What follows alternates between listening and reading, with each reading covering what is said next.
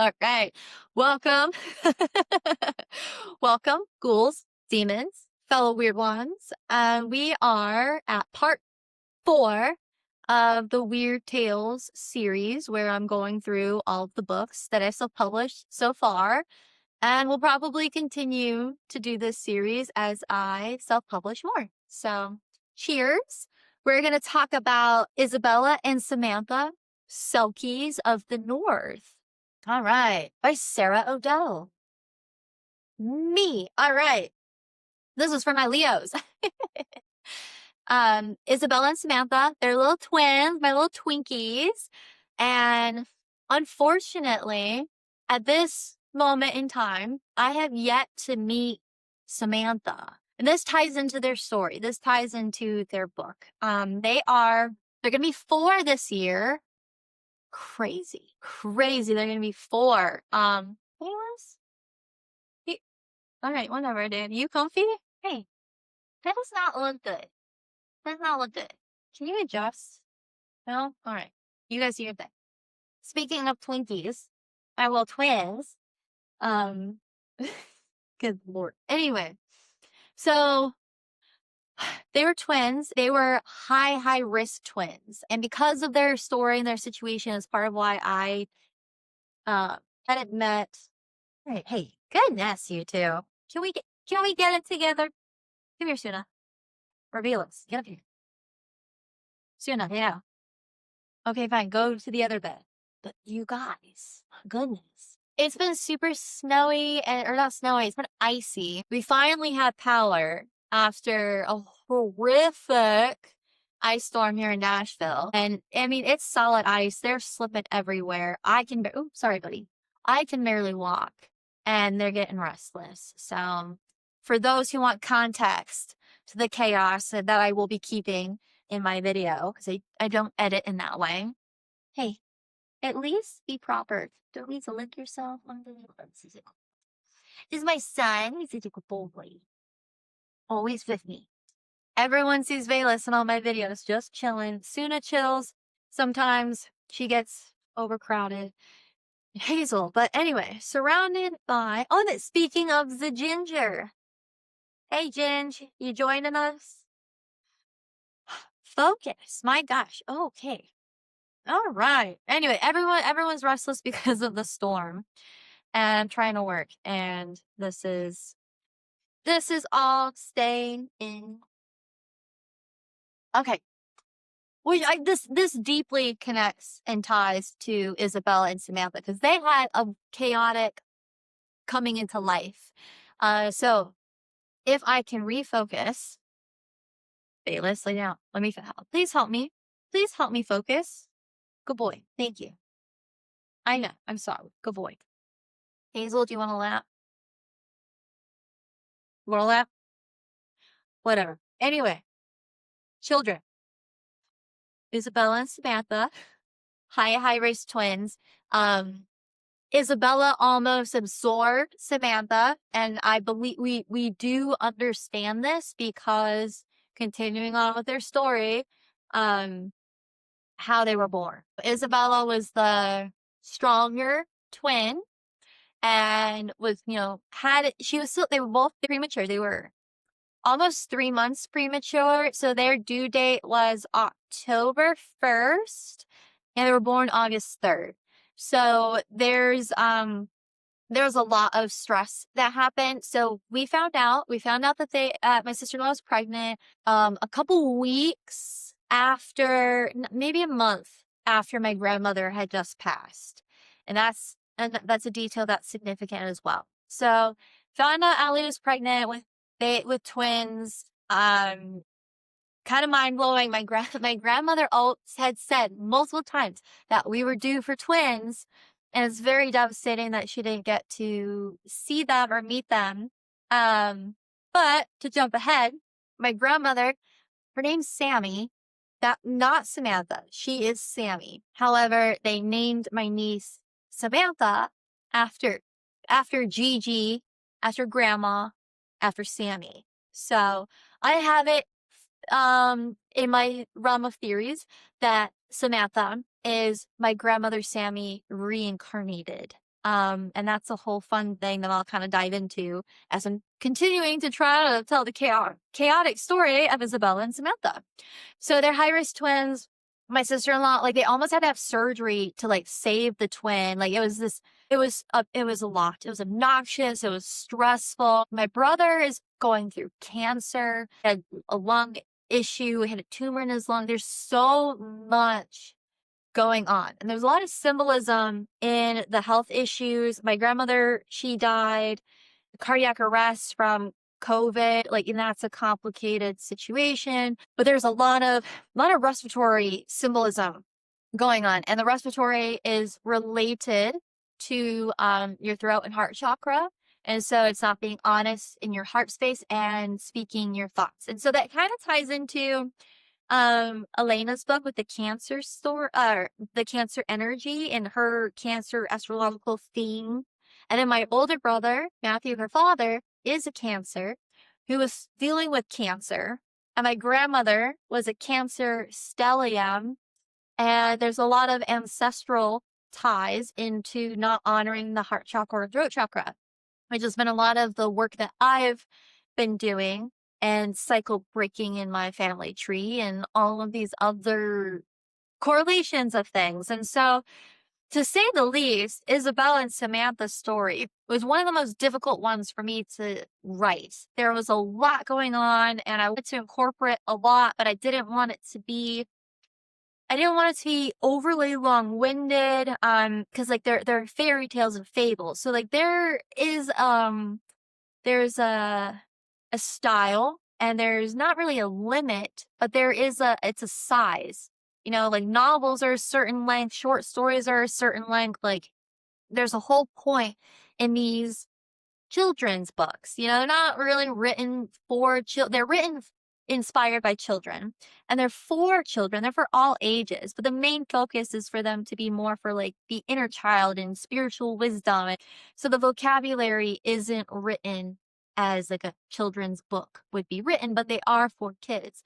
So this is like, it's just getting complex and complex and complex. And that is why I decided to make them Selkies because of this breathing and lung situation that I feel like is symbolic of being able to breathe on land and sea. That's like an adaptation. So then there's more water energy.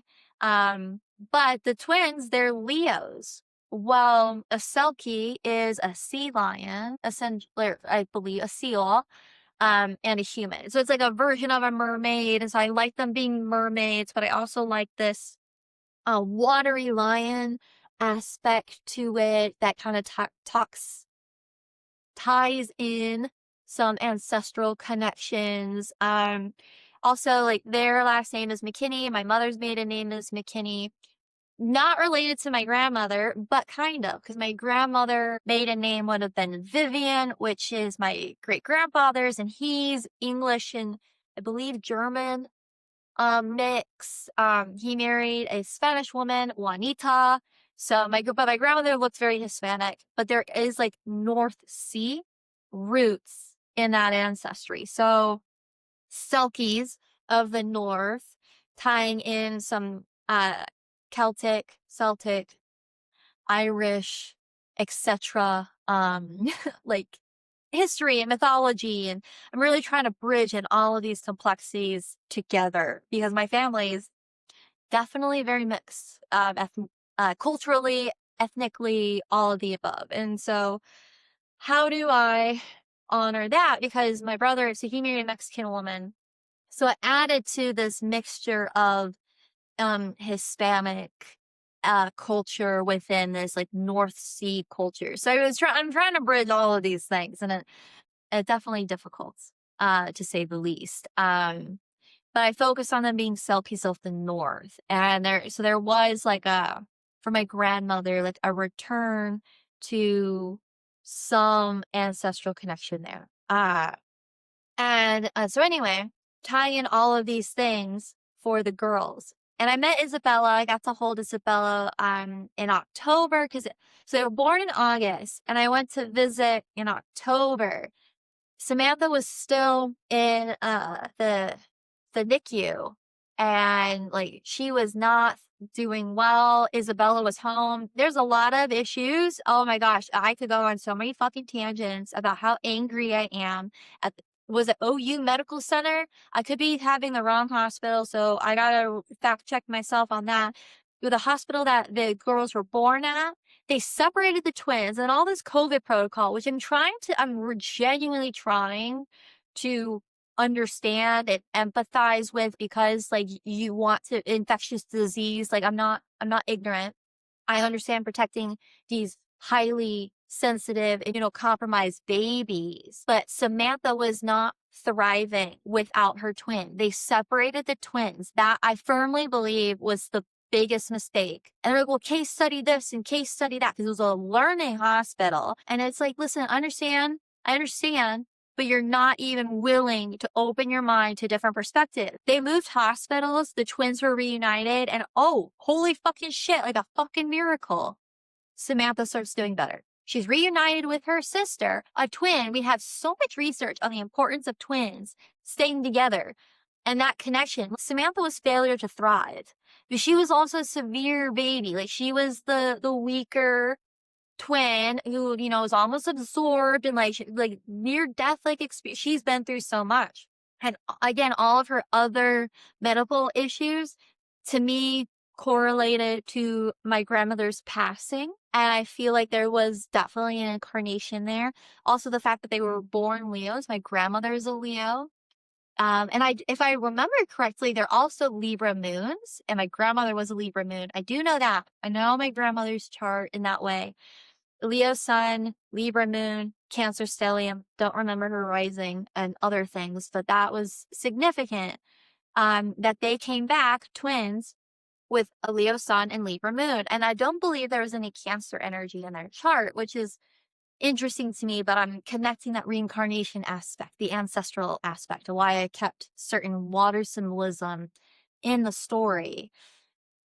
And so I connect with Isabella, but that's the only time I've seen Isabella. Life has been difficult for me in a lot of ways in connecting with my family and continuing to build that bond. That's been a huge heartbreak for me, is having to let certain connections have distance and space. It's not that they're severed, but there's definitely boundaries between me and my family, which ultimately impacts my relationship to my nieces. And my nephews.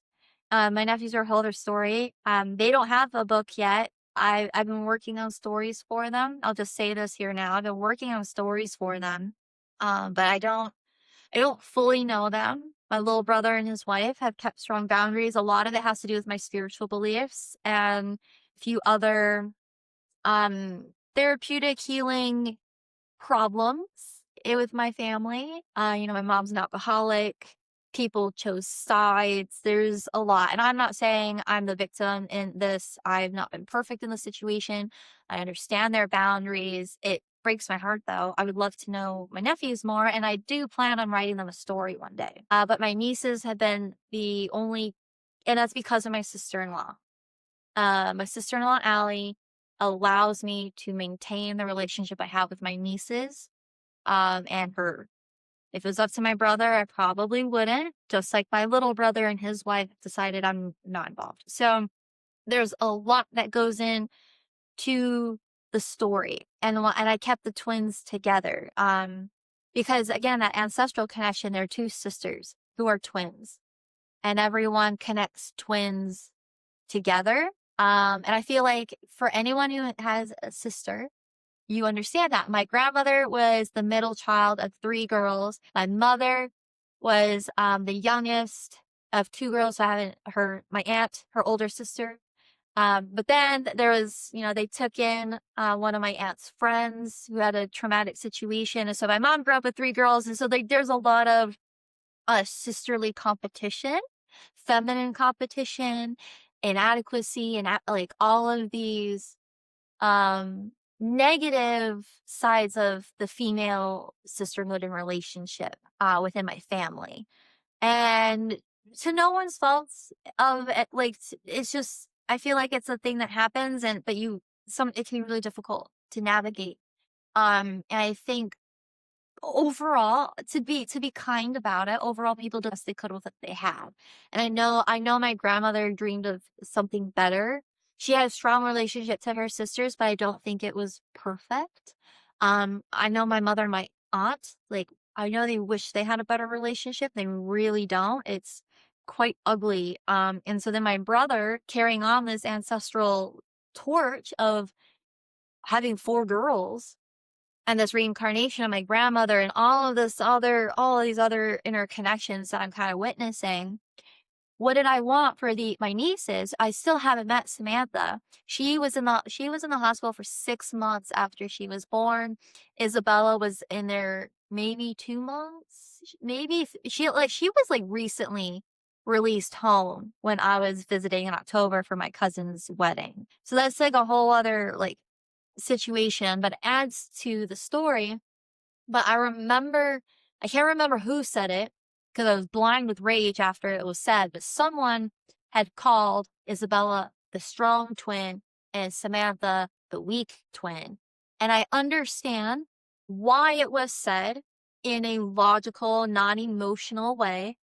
Fucking triggered the shit out of me. And I was like, I will be fucking damned if they grow up with that in their head. Like, oh, I'm the stronger twin. I almost killed you. Like, I didn't want, and that is gonna play out how it plays out within them. But that was just something that, like, I don't, it affected me so much hearing that. Yeah, that was a big part of, like, the story because I carried that with me when I was trying to come up with the story. So after this wedding situation, this is in 22, which has been the last time I've seen my family in person, and it's 2026 right now. There's that. And so I believe in 23 is when I was writing everyone yeah, 23 is when I was writing everyone's stories. Fast forward to me writing the story, I'm struggling to write no, I wrote the twin story in 24. Felicity and Elena's came really quick, and I'm waiting on illustrators. So now I'm writing Isabella and Samantha's, and I wanted them to have a twin story. I felt like it was significant for them to have a story together, and I do eventually, I haven't written it yet, but I do eventually want them to have their own separate ones. But they are so young, and I also haven't gotten to know their personalities in that way to really individualize it. But I didn't want them to feel left out. Just like I don't want my nephews to feel left out. And I continue to have plans, but there's the interaction of the relationship, and the experience of memories, the bond really influences the story. And so I don't want to create a story that just to create a story. Like, I want it to be deeply impactful and meaningful and come from something. And so this story with my nieces, with the twins, there's a part of it that felt forced because I haven't had the chance to build the bond like I did with the other 2 girls.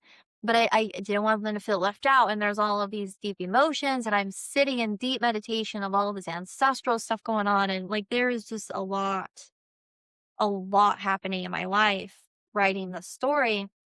And I really want, especially with some of the mother wounds that I was healing, the more information I was learning about the story behind my family and my aunt and my mother and other like sisterly connections, like my sisterhood wound, my feminine wound, and my issue with relating to other women and all of this stuff was really coming up as I'm doing my healing journey, my therapy, all of this stuff.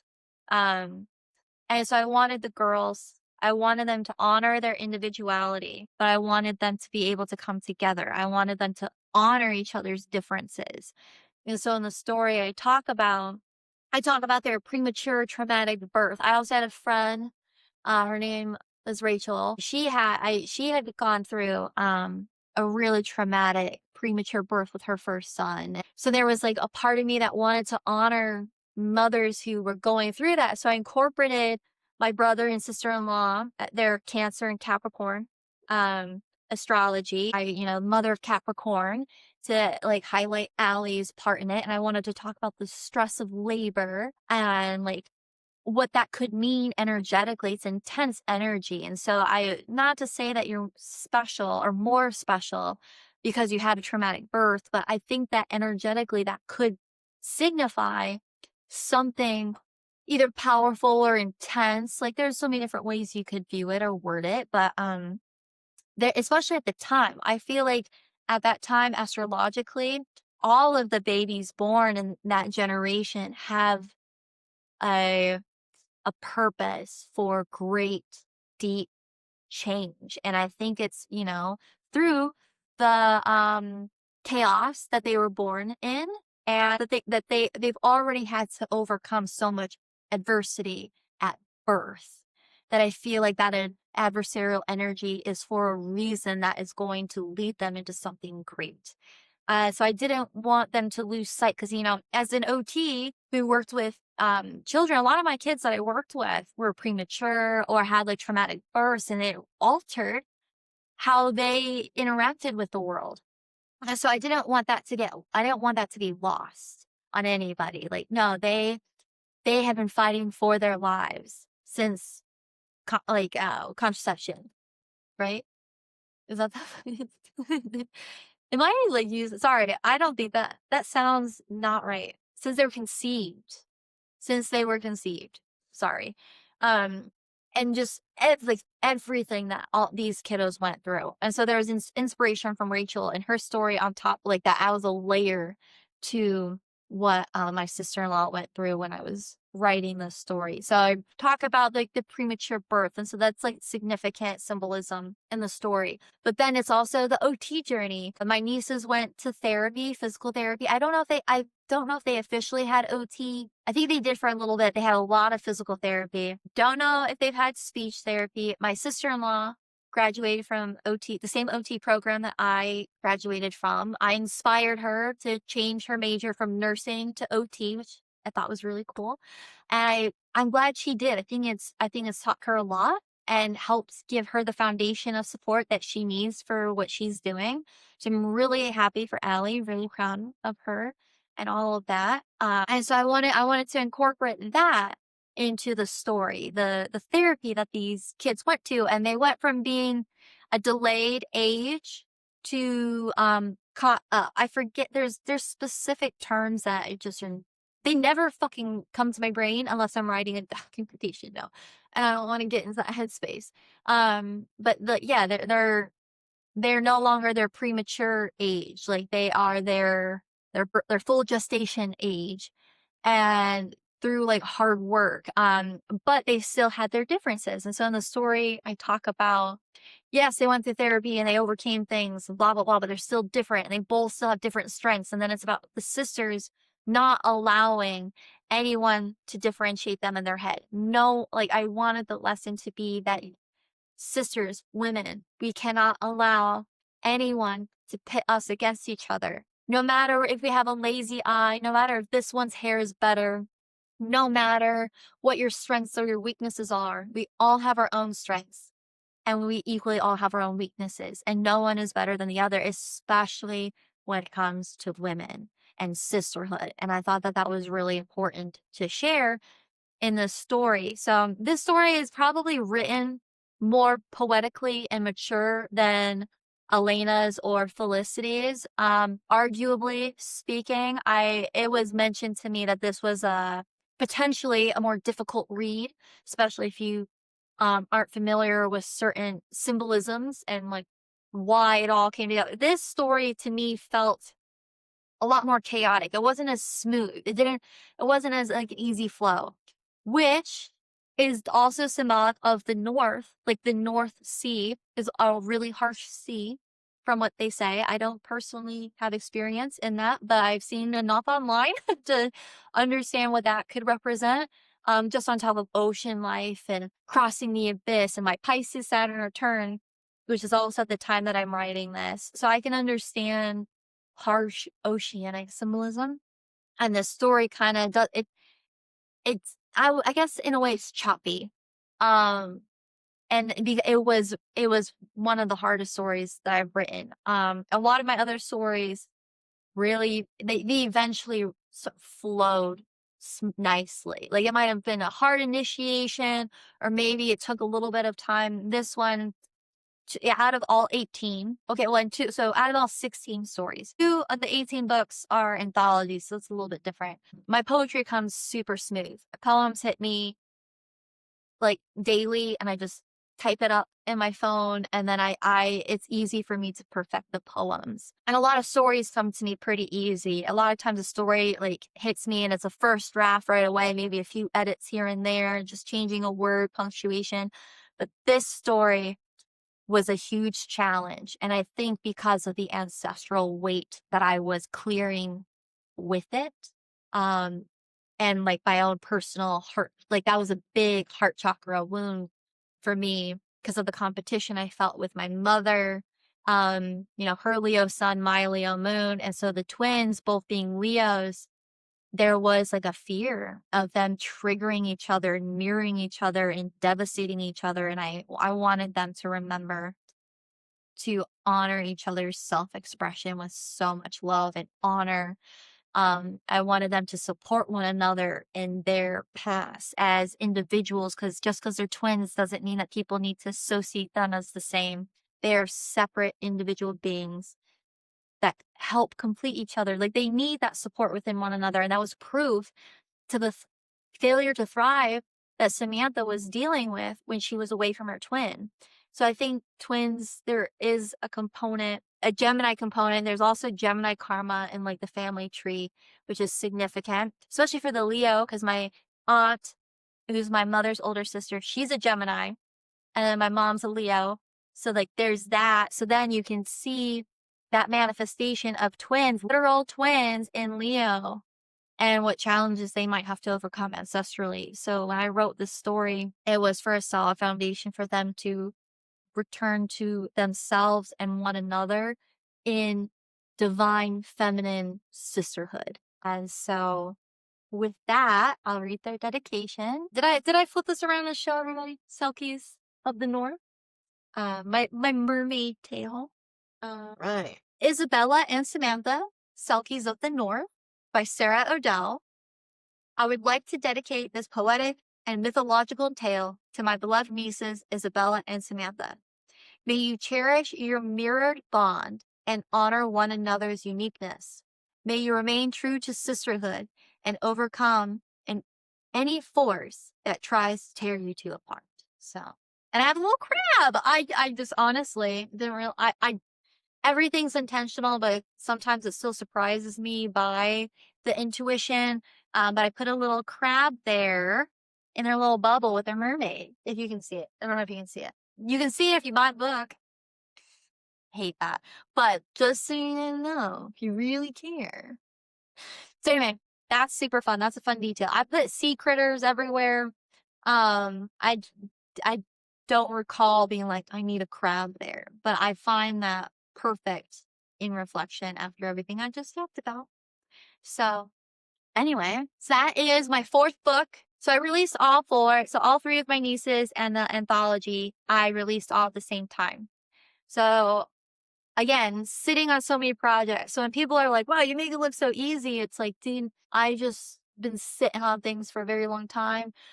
And I kind of got tired of it. So now it's just like a mass release of everything. And it feels like I'm playing catch up in a lot of ways to get into a really good flow of create, release, create, release. But I had to give myself permission to do that first. And so here we are. Happy Leo full moon. There's a Leo full moon coming up. It's my lunar return. So that this all has to be connected to that as we're in the waxing gibbous phase of it all. So awesome. So anyway, yeah. Thanks for listening to that weird tale. Let's see. The tale behind the tale. Maybe, I don't know. One day I'm gonna be smooth in how I set this up, but probably not. I think I'm just eternally awkward. But thanks for listening, and stay tuned for more tales behind the tale.